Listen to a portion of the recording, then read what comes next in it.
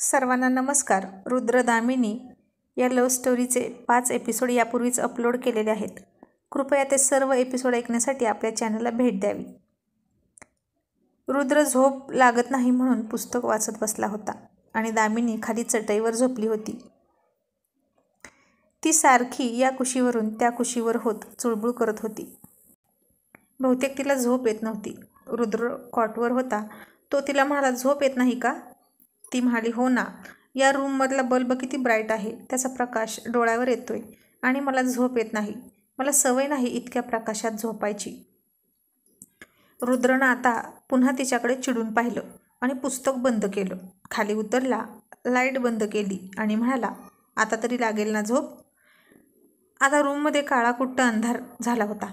अगदी समोर कोण उभा आहे हे सुद्धा कळणार नव्हतं. मग दामिनी म्हणाली, इतका सगळा अंधार, बापरे, झिरो बल्ब नाही का? तो लाव ना. म्हणजे थोडासा मंद प्रकाश हवा ना, म्हणजे कशी शांत झोप येते. रुद्र म्हणाला, नाही झिरो बल्ब, कारण झिरो बल्ब लावायला इथं सोय नाही. फक्त एकच होल्डर आहे आणि त्याच्यावर एवढा एकच बल्ब आहे. एकतर हा बल्ब काढून झिरो बल्ब लावावा लागेल आणि मग झिरो बल्ब काढून हा बल्ब लावावा लागेल. झोपशील ना आता? दामिनी म्हणाली, पण इतक्या अंधारात कशी झोपू मी? रुद्र म्हणाला, तुला भीती वाटते का? दामिनी म्हणाली, भीती नाही वाटत, पण सवय नाही ना. आणि रुद्र त्रासिकपणे म्हणाला, बडे लोक बडी बाते. घट्ट डोळे मीट. डोळे बंद केल्यावर सुद्धा अंधारच असतो आणि काहीही विचार न करता झोप. असं म्हणून तो त्याच्या कॉटकडे यायला लागला. आणि आता रुद्रला तर कधीच सवय नव्हती अशा अंधाराची. तो तिच्याच पायाला अडखळला आणि तिच्या अंगावर पडणार असं त्याला वाटलं आणि तिच्या अंगावर त्याचा तोल न जाऊ देता त्यानं स्वतःला सावरून पलीकडे ढकललं आणि कॉटला थडकला. आणि रुद्रच्या डोक्याला जोरात मार लागला. तसा तो ओरडला, आई ग. दामिनी खडबडून उठली. अंधारातच चाचपडत म्हणाली, काय झालं? तुला काही होतंय का?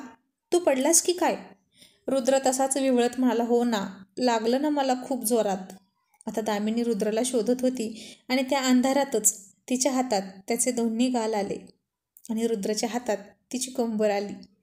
तशी दामिनी थोडीशी शहारली आणि लाजली.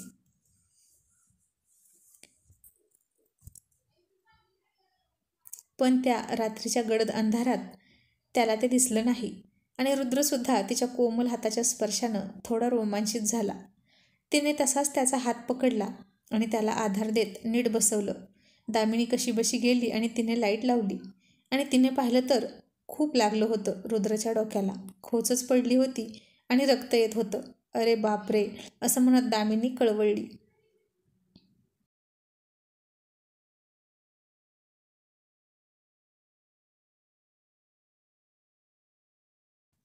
अरे किती लागलं आहे तुला? आता काय करायचं? फर्स्ट एड बॉक्स आहे का इथे? तो मनात म्हणाला, इथे कुठून आणायचा फर्स्ट एड बॉक्स? साधा मलमसुद्धा नाही घरात.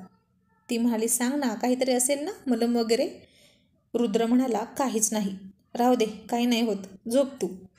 ती म्हणाली, अरे किती लागले तुला, असं कसं काही नाही होत? आणि ती त्याच्या डोक्याला पट्टी बांधण्यासाठी काहीतरी शोधत होती, पण त्याच्या घरात तर काहीच नव्हतं, त्याच्या पॅन्ट आणि शर्टशिवाय. त्याच्या कपाळावर झालेल्या जखमेतून रक्त येणं सुरू होतं. इतक्या रात्री दवाखान्यात जाणं शक्य नव्हतं. मग दामिनीने कसलाही विचार न करता पटकन तिची ओढणी टराटरा फाडली आणि त्याच्या जखमेवर पट्टी बांधली. रुद्रनं ते पाहिलं आणि तिच्याकडे आश्चर्यानं बघतच राहिला.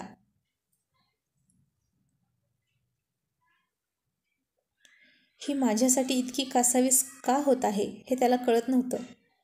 तिनं चक्क तिची ओढणी फाडली होती. ती त्याच्या डोळ्याभोवती पट्टी गुंडाळत होती. तिच्याही नकळत तिच्या हालचाली सुरू होत्या वेगाने आणि त्याचं डोकं तिच्या छातीला टेकत होतं. तिच्या हाताचा स्पर्श त्याच्या खांद्याला, मानेला होत होता आणि पाठीमागे त्या पट्टीची गाठ मारताना पुन्हा तिचं छातीजवळ त्याचं डोकं आलं. आता तिची ओढणी तिच्या छातीवर नव्हती. रुद्रची नजर तिच्या काहीशा ड्रेसमधून दिसणाऱ्या छातीवर गेली आणि त्यानं लाजून घट्ट डोळे मिटून घेतले आणि तिची पट्टी बांधून झाली. तिने त्याच्याकडे पाहिलं तर त्याचे डोळे अजूनही बंदच होते. तिने त्याच्याकडे थोडं पाहिलं आणि गालात थोडीशी हसली आणि म्हणाली, झोप आता, उद्या आपण तुला TTचं इंजेक्शन द्यायचं. आणि इंजेक्शनचं नाव ऐकून त्यानं खाडकन डोळे उघडले आणि म्हणाला, इंजेक्शन? आणि मला? नाही नाही, अजिबात नाही. दामिनी म्हणाली, असा का लहान मुलासारखा करतोस? फक्त छोटंसं इंजेक्शन असतं ते. रुद्र म्हणाला, छोटंसं असलं तरी नाही, अजिबात नाही. मला इंजेक्शनची फार भीती वाटते. आणि दामिनी त्याला म्हणाली, पिस्तूलची भीती नाही वाटत आणि इंजेक्शनची भीती वाटते.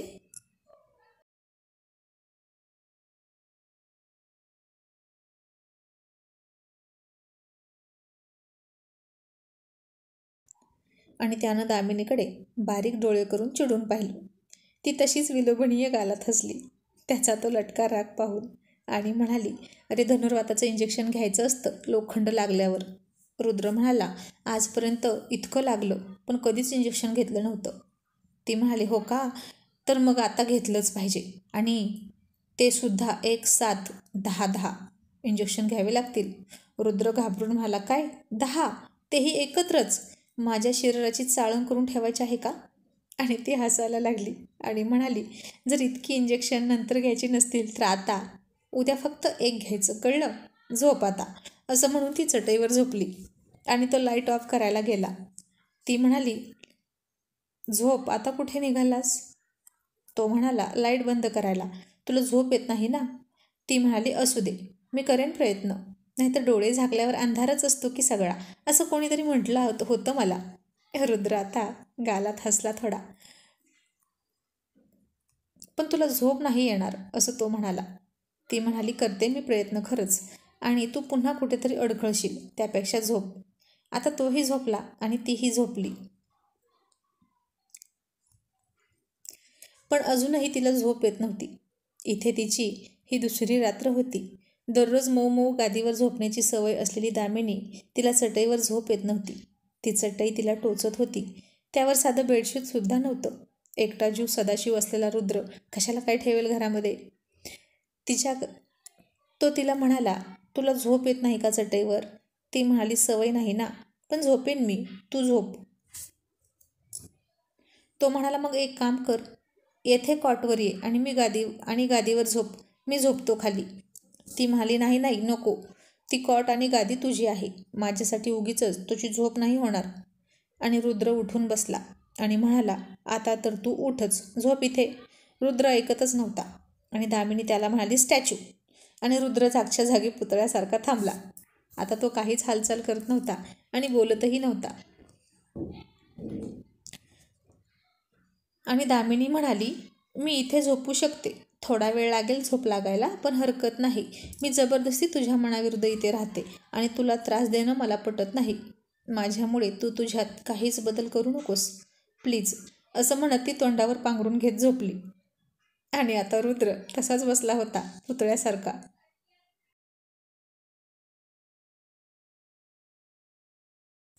तिनं त्याला जे स्टॅच्यू म्हणालं होतं ते अजून सोडलंच नव्हतं.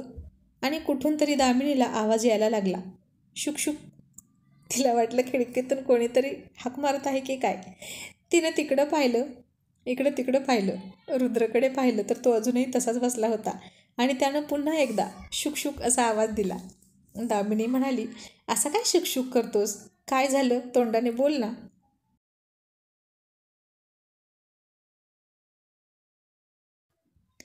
आता तो तिला डोळ्यांनी इशारा करून खुणवत होता की तू जे स्टॅच्यू घातला आहेस ते सोड.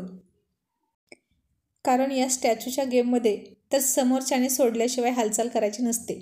आणि दामिनी तर विसरली होती की तिने त्याला स्टॅच्यू केला आहे. हा तिचा आणि विशालचा लहानपणीपासूनचा गेम होता. खूप मस्ती करायची ती विशालसोबत. अजूनही ती त्याची खोडी काढायची आणि तो तिला मारायला धावला की त्याला स्टॅच्यू करून टाकायची.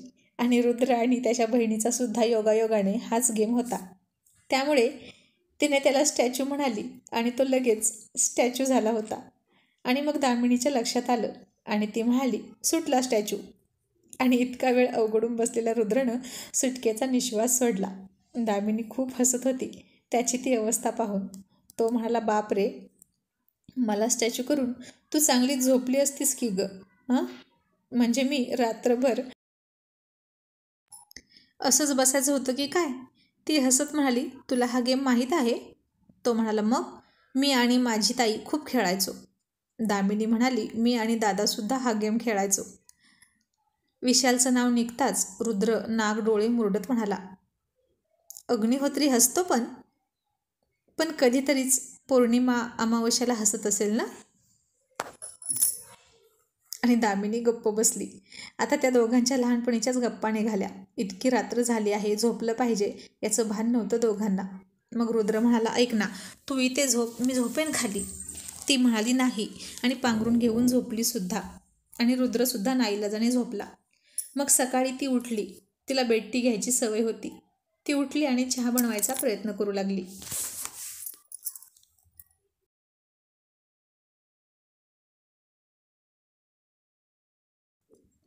पण तिला स्टोव पेटवता येत नव्हता. इथे गॅस असता तर पटकन 2 मिनिटात चहा झाला असता. आता ती पेटवण्याचा प्रयत्न करत होती. रुद्रनं काय काय शिकवले ते आठवत होती. तिला वाटलं एक वेळ त्याला विचारू का, त्याला उठवू का, पण नको. त्याला जखम झाली आहे. चांगली झोप लागली होती त्याची आणि ती काहीतरी खटपट करू लागली. त्या आवाजानं रुद्रला जाग आली आणि तिचे प्रयत्न बघून तो तसाच तिच्याकडे गुपचूप बघत बसला. ती नक्की शिकणार स्टोव पेटवायला हे त्याला माहीत होतं. मग तिने त्यानं शिकवलं तसं सगळं केलं, पण बर्नरमध्ये रॉकेल भरपूर आलं. तिने काडी ओढली तसा खूप मोठा भडका उडाला.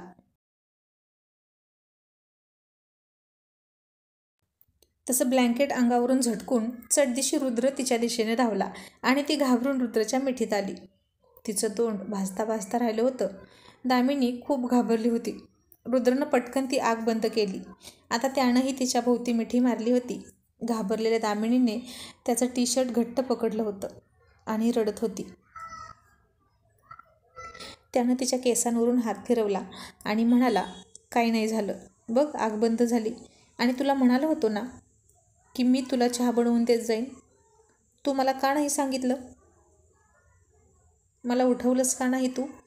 आता दामिनी सावरली आणि ती त्याच्या मिठीतून दूर झाली. मग रुद्र तिच्यासाठी बेडटी बनवली आणि म्हणाला, आता पुन्हा अजिबात धडपडायचं नाही. आजच मी एक गॅस आणतो. आणि तो तिला म्हणाला, तू तिकडे बघतेस का? ती म्हणाली, का? तो म्हणाला, मला आंघोळ करायची आहे. आणि तिने तोंड फिरवलं.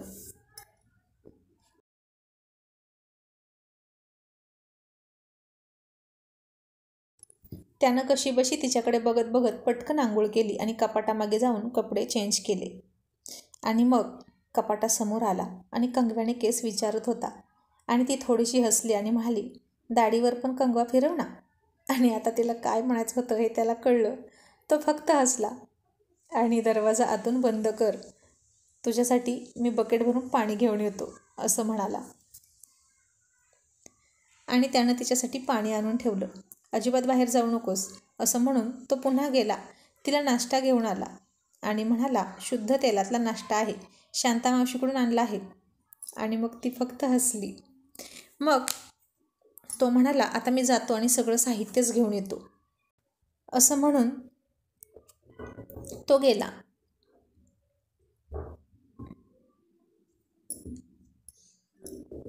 त्याच्या 2 मित्रांना सोबत घेतलं आणि सगळी खरेदी करूनच आला. सगळ्यात आधी गॅस, मग स्वयंपाकाची थोडीशी भांडी, थोडंसं किराणा साहित्य, कारण ती एकटीच जेवण बनवणार होती. आणि एक गादीसुद्धा आणि त्यावर अंथरायला बेडशीट. ती आल्यापासून स्वच्छता करायची म्हणून तिला पाणी जास्त लागायचं, म्हणून त्यानं पाणी साठवायला एक ड्रमसुद्धा घेतला मोठा. अशी सगळी खरेदीच केली त्यानं. आणि येताना एक सोबत ड्रिल मशीनसुद्धा घेऊन आला. ते सगळं पाहून दामिनीला तर फार आश्चर्य वाटलं. हे सगळं तो तिच्यासाठी करत होता. एकीकडे तो तिला इथं राहू नको असंही म्हणत होता आणि दुसरीकडे तिला कम्फर्टेबल वाटावं म्हणून सगळी सोय करत होता. त्यानं सगळं साहित्य घरात उतरवून ठेवलं. ड्रिल मशीन घेऊन 2 खिळे मारले आणि बाथरूमला एक पडदा लावला.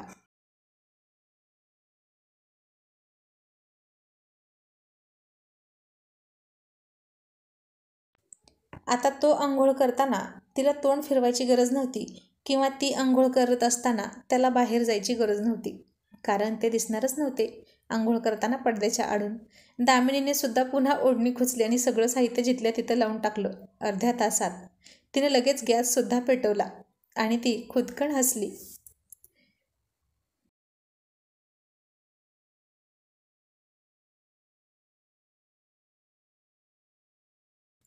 आणि आता सुद्धा पक्या तिच्याकडे सारखा बघत होता. रुद्रनं ते पाहिलं आणि त्याच्या डोक्यात एक जोरात फटका मारला. पक्या डोकं चोळत म्हणाला, रुद्र काय यार, किती जोरात मारलंस. रुद्र म्हणाला, काय बघतोस, चल निघ इथून. पक्या हळूच रुद्रच्या कानात म्हणाला, ती तुझी कोण लागते ते सांग. जर तुझी कोणीच लागत नसेल तर मी तिच्याकडे बघणार म्हणजे बघणार. पण जर ती आमची वहिनी असेल तर आपण तिचा रिस्पेक्ट करणार. काय रे गण्या, बरोबर ना? असं पक्या त्याच्या दुसऱ्या मित्राला उद्देशून म्हणाला. गण्या म्हणाला, हो रुद्र, तू तिच्यावर प्रेम करतोस का? लग्न करणार आहेस तिच्याशी? ती का आली आहे इथं? मग रुद्र म्हणाला, सांगतो ना, पण त्याआधी हा पाण्याचा ड्रम तेवढा भरून द्यायचा. तो भरून झाला की लगेच तुमच्या प्रश्नाचं उत्तर तुम्हाला मिळेल.